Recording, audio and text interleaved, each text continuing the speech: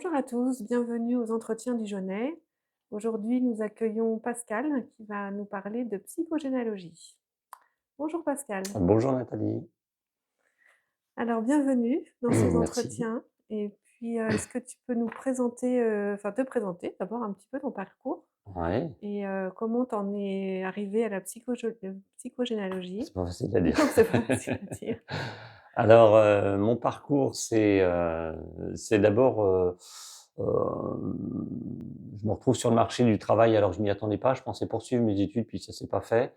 Du coup, j'expérimente plein de travaux différents, plein de travails différents. Je tâtonne, je cherche, j'ai pas envie de m'enfermer dans un boulot. Je me sens capable de faire plein de choses. Donc je vais expérimenter, toute une période de ma vie où, il va y avoir plein de métiers différents.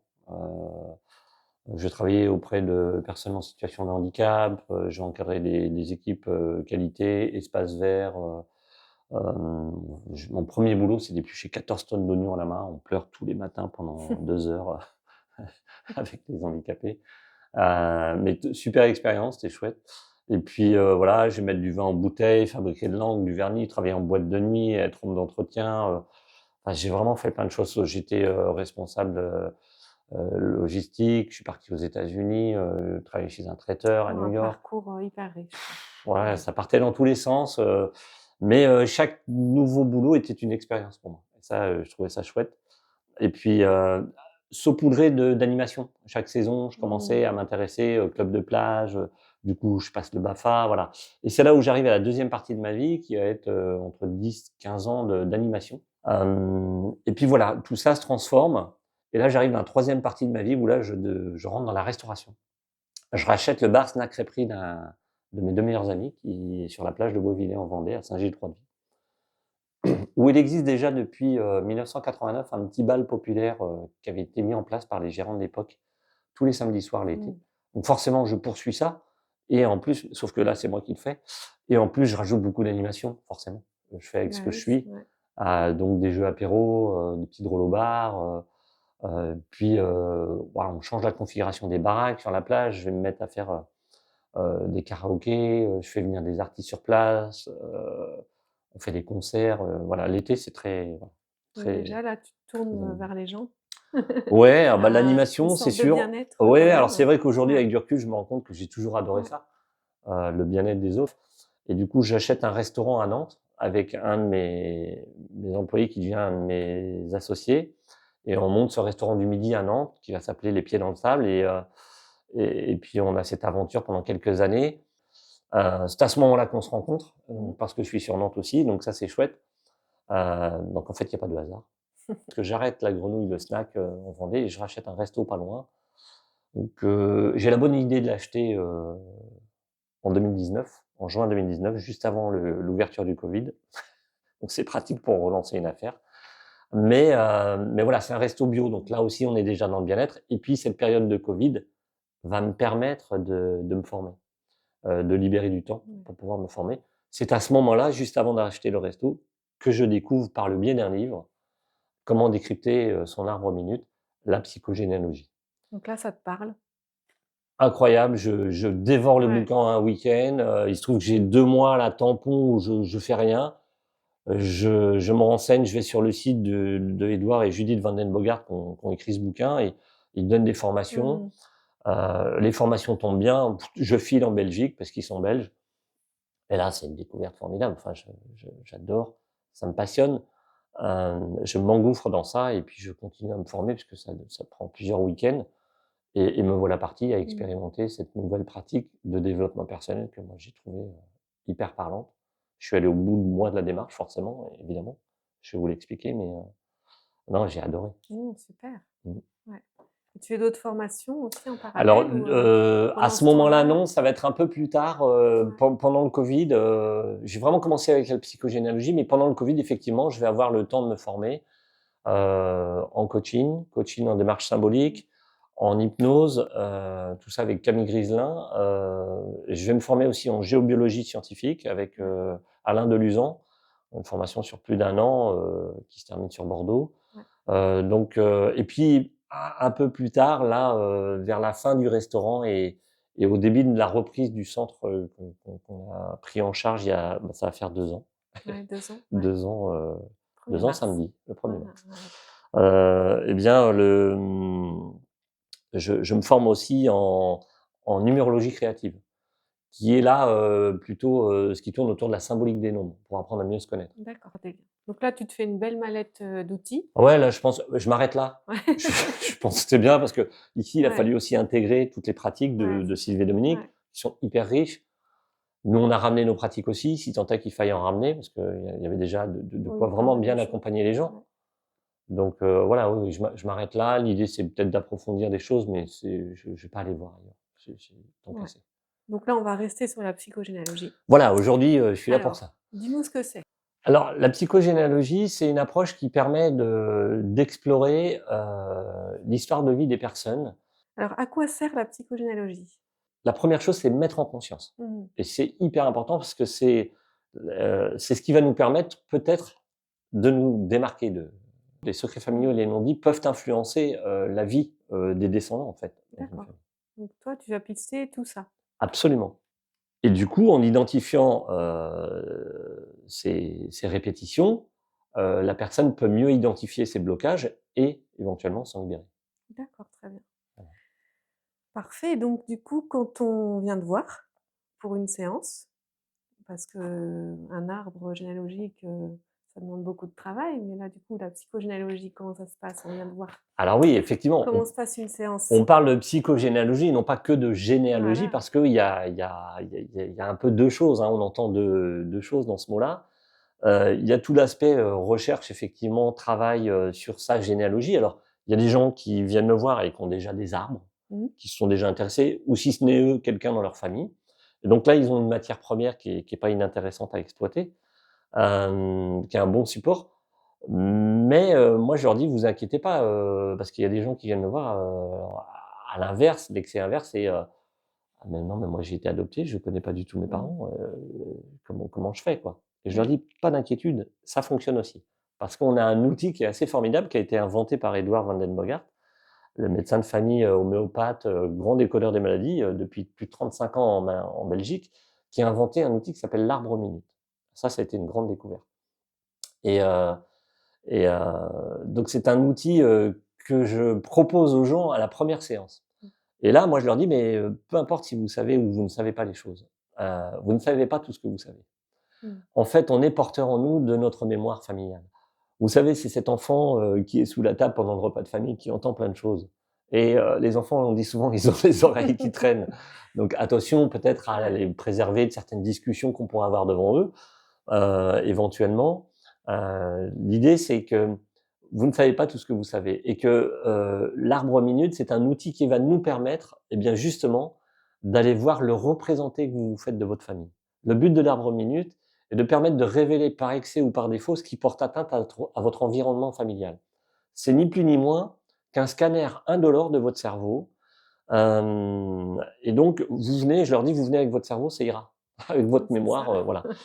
Et je leur demande de représenter, leur arbre généalogique, leur famille, mais je leur donne que 2 minutes. Ah, c'est court quand même. C'est très court. Ouais, Donc ça peut générer quelques stress, ouais. mais c'est très bien parce que le stress permet de chanter la barrière hémato-encéphalique et d'accéder à la mémoire cellulaire et à l'inconscient. Et c'est ça qui est formidable avec cet outil. C'est que, nous, ce qui nous intéresse, c'est le représenter que vous faites de votre famille Mmh. et de la place que vous avez dans cette famille.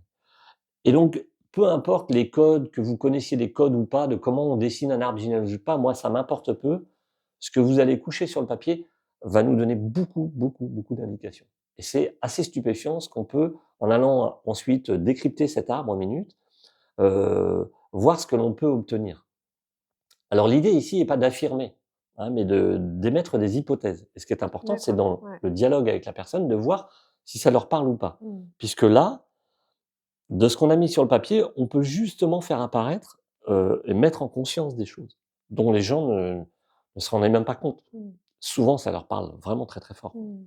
C'est waouh, c'est vraiment un outil formidable. Ouais. Donc ça, c'est la première séance. Alors il y a des gens qui viennent ici en cure sur 5 jours, à qui on propose ça parce qu'on sent, en discutant avec eux, qu'il y a des problématiques familiales. Ouais, donc ça Et peut et aider, et ouais, à mettre le doigt sur le fait que, bah, ce serait peut-être intéressant d'aller voir du côté de mmh, la famille aussi.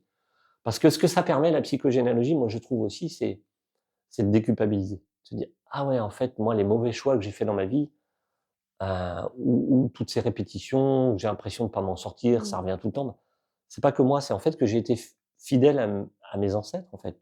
Et de se Alors dire, «Ça m'appartient pas», quoi. pas que. Pas que. Ouais. Alors moi, je pense qu'on n'est pas responsable de ce qu'on a fait de nous. Par contre, je pense qu'on est responsable de ce qu'on fait, de ce qu'on a fait de nous. C'est-à-dire qu'au bout d'un moment, Mmh. bah, on était gamin, on a vécu dans un environnement, on n'a pas tant de pouvoir que ça, de décision. Mais plus tard, on devient adulte, peut-être que là, et c'est ce qu'on dit, hein, toi et moi, je Mmh. pense que c'est aussi la philosophie de Dominique, c'est de dire, et Sylvie de Bourdin, on peut pas changer notre passé, hein, mais nous, ce qu'on aide ici, c'est à changer notre regard sur Regarde, le ouais. passé. Et cet outil-là, il l'aide Mmh. vraiment à faire ça. Et ça change tout. Heu, voilà, on reprend du pouvoir sur notre vie et on redevient acteur de notre vie. On arrête de subir. Et donc on n'est plus dans une posture de victime, ni de sauveur, mais on reprend sa juste place.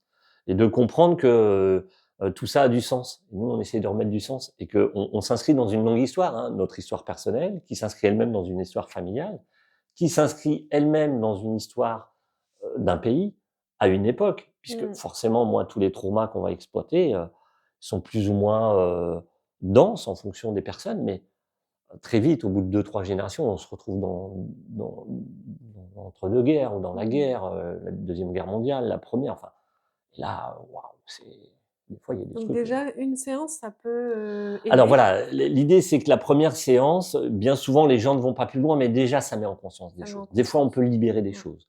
Des fois, ça peut te donner envie de moi, l'idée, c'est que je propose cette séance-là aux curistes qui sont là 3 ou 5 jours et bien souvent, les gens s'en saisissent Mmh. parce que ça leur parle Mmh. et ça leur donne une ouverture d'esprit, une perspective.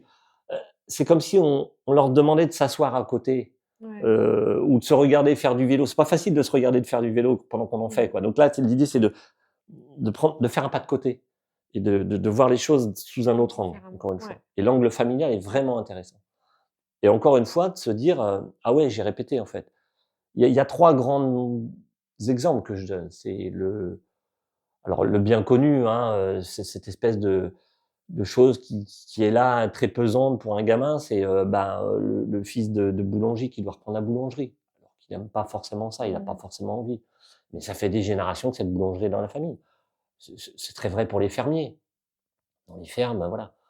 Heu, le fils d'avocat qui va devenir avocat. Alors, quand c'est OK, qu'ils ont envie, c'est une vraie passion et qu'ils ont aimé, aider leurs parents quand ils étaient plus jeunes et qu'ils ne se voient pas faire autre chose, bah, il y a pas de souci. Mmh. Mais si c'est pas tout à fait aligné avec leur Oui, chemin de c'est vie, ça. Mmh. et là, on passe de la fidélité familiale à l'aliénation familiale. Mmh. La différence, c'est quand je sors de mon chemin de vie. Mmh. Là, c'est pas juste. Et donc, il faut être honnête avec soi-même Mmh. et se dire: «Mais en fait, je suis pas sur mon chemin, quoi». Et puis de toute façon, l'univers vous le dit, c'est-à-dire qu'il y a tellement de blocages, il y a tellement de choses qui fonctionnent pas, qui se répètent et qui vous envoient dans le mur, qu'à un moment donné, peut-être qu'on peut se poser la question de: «Mais est-ce que c'est vraiment ça mon chemin, quoi?» Oui, c'est ça. Ça, je trouve que c'est une vraie belle question à se Mmh. poser. Alors après, c'est toujours plus pratique parce qu'on connaît et le connu, ça nous Ouais. rassure. Et là, il y a nos peurs qui vont nous bloquer, nous empêcher d'ouvrir, d'autres perspectives, mais ça vaut le coup des fois. Le le 2e exemple que je donne, c'est quand une femme, de 35-40 ans vient me voir, ou même 50 ans et puis, elle n'est pas heureuse en amour. Elle a divorcé 1 fois, 2 fois, elle tombe toujours sur des gens, voilà, et elle dit: «Je comprends pas, j'arrive pas à être heureuse, à trouver l'homme de ma vie». C'est intéressant cette question de l'homme de ma vie. Mais bon, en tout cas, on va aller voir dans l'arbre et on va se rendre compte que sa mère, pardon, non plus n'était pas heureuse. Qu'elle aussi, a eu Mmh. des histoires malheureuses avec d'autres hommes, ou d'autres femmes, et on va aller voir que sa propre mère à elle, donc la grand-mère maternelle de la personne que j'ai en entretien, non plus n'a pas été heureuse. Mmh. Et là aussi, on se dit: «Waouh, mais qu'est-ce qui se passe dans cette Ouais. lignée maternelle pour que, il y ait un blocage, un problème avec les hommes?» Et donc ça, c'est intéressant parce que du coup, bah, là aussi, il y a une prise de conscience et puis on va pister, on va essayer de comprendre. L'idée, c'est que quels que soient les traumatismes, nous, on va pas aller regarder que les traumas, hein, déjà, on va aller voir aussi le beau, parce qu'il y a du beau. Et s'il y a du trauma, s'il y a du plomb, quelque chose de pesant dans cette famille, de voir comment on peut transformer le plomb en or. C'est vraiment un Mmh. travail alchimique. De dire, bah, et c'est souvent d'ailleurs dans les familles les plus plombées, d'où peuvent sortir les plus belles choses, en fait. Ça, c'est assez extraordinaire. Oh, c'est Et, intéressant. et alors, le dernier exemple que je donne, c'est sur le métier. Je suis en échec, je suis indépendant, je suis chef d'entreprise.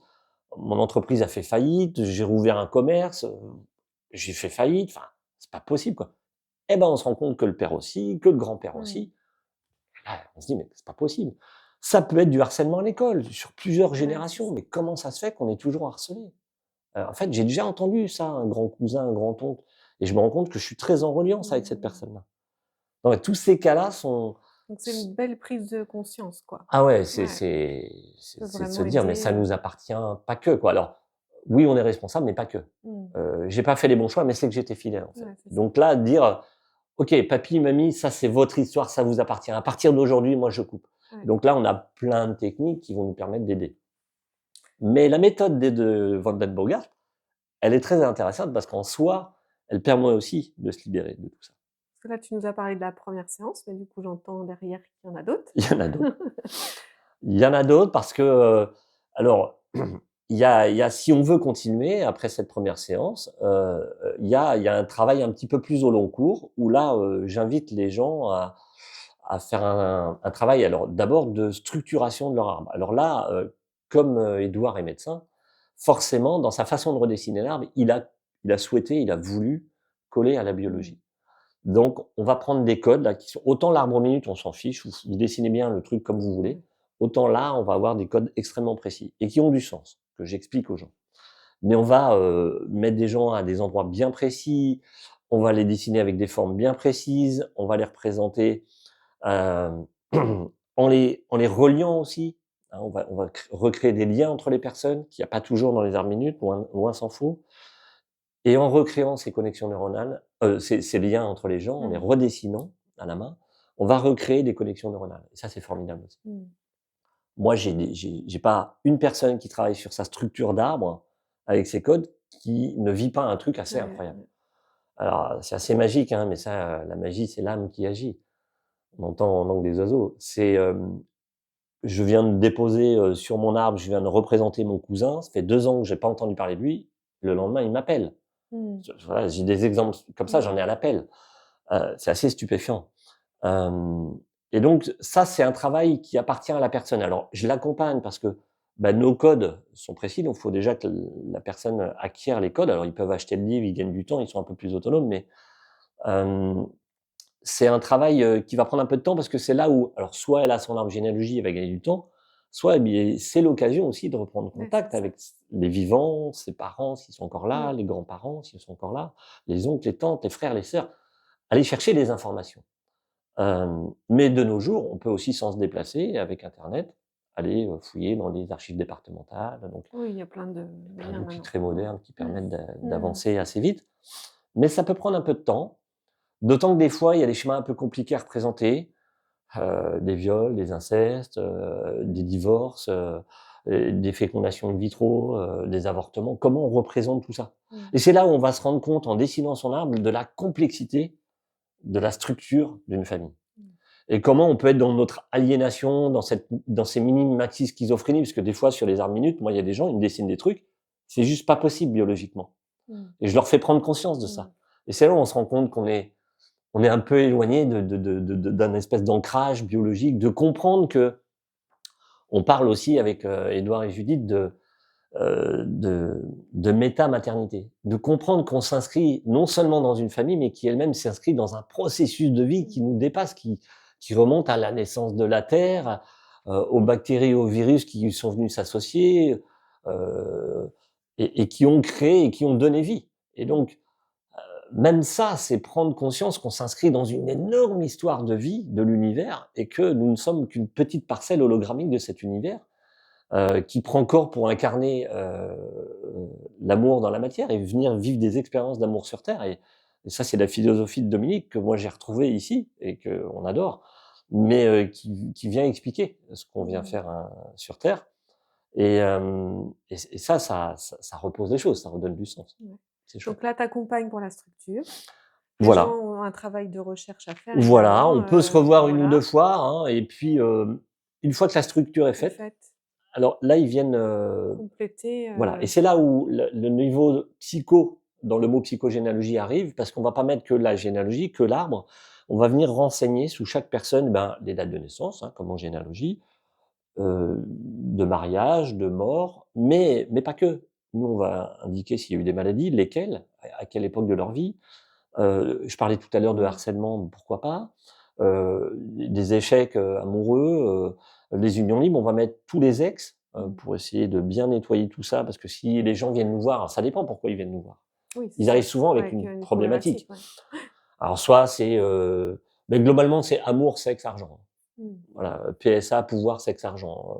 Ça tourne, les problématiques tournent autour de ça, Mmh. et les gens viennent soit pour le boulot, soit pour la santé, soit pour, les histoires de cœur et de bon, il peut y avoir d'autres histoires, mais et donc on va pister en fonction de ça, même si on va avoir un peu tous les domaines. Mais du coup, bah, si c'est pour les affaires de cœur, on va mettre tous les ex. Mmh. C'est important parce que si on n'a pas fait le deuil de toutes nos relations, y compris, les gens qu'on a fantasmés, avec qui il ne s'est rien passé, Mmh. eh ben, il y a toujours quelque chose qui traîne, hein. On appelle ça le syndrome du prince charmant en psychogénéalogie. C'est, c'est bien faire le deuil de chacune de ces relations pour laisser enfin une place bien libre au prochain. Parce que si dans mon cœur ou dans ma tête, je ne suis pas complètement libre, je suis encore un peu avec mon ex de quand j'avais 18 ans, eh ben, la place est pas complètement libre. OK. Alors moi, si par exemple, je connais pas trop ma famille et que ça s'arrête à ma grand-mère, par exemple, est-ce que je peux faire un arbre, Absolument, c'est ce que je disais tout à l'heure, même des gens qui ouais, ne connaissent pas leurs propres parents biologiques, parce qu'on va parler aussi d'épigénétique. Nos parents adoptifs, si on a été adopté, ont une incidence énorme sur, notre histoire de vie, et même, tous les beaux-pères et mmh, belles-mères, sont des suppléments de père, des suppléments de mère, des parents épigénétiques. mmh, C'est-à-dire que leur comportement, leurs valeurs qu'ils ont, partagées avec, ces beaux enfants toute leur vie, ou les enfants adoptifs, ils ont baigné dans une culture, dans des croyances, qui vont venir s'ajouter à la culture et à la croyance des parents biologiques ou, l'épigénétique, on l'a découvert il y a peu, hein, mais de comprendre qu'en fait, on peut activer ou désactiver des gènes en fonction de nos histoires de vie. donc après, la dernière étape, Alors, bah, quand on a rempli toutes ces colonnes, là, on peut aller pister dans ouais, l'arbre de nouveau, voilà, de manière plus dense, faire des démarches symboliques. Alors, il y a cette mise en conscience des répétitions. Alors là, on va se ouais, rendre c'est compte ça. que, ah, mais tiens, mais je suis né le même jour que mon grand-père. Il peut y avoir des sentiments aussi, des abandons qui, voilà, des familles où la blessure, c'est l'abandon Mmh, qui mmh mh. pareil, se reproduit de génération en génération. Le rejet, bon, toutes les blessures, bien connues de Lise Bourbeau ou autres, et hem et du coup, on va fouiller là-dedans, et à la fin, effectivement, quand tout ça est terminé et que la structure est bien faite, c'est très important, eh bien, il va arriver le Édouard et Judith parlent de l'œuvre au noir, l'œuvre au blanc et l'œuvre au rouge, puisque c'est un travail alchimique. On va arriver à l'œuvre au rouge, c'est on va aller interroger nos ancêtres sous hypnose conversationnelle, Mmh. et là, on va prendre 2 séances pour ça.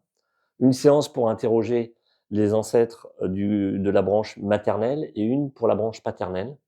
Et donc là, vous êtes sous hypnose et on interroge vos ancêtres. On va aller demander à tous vos ancêtres, heu, dans la descendance directe, hein, qu'est-ce qui leur a manqué pour être bien ensemble?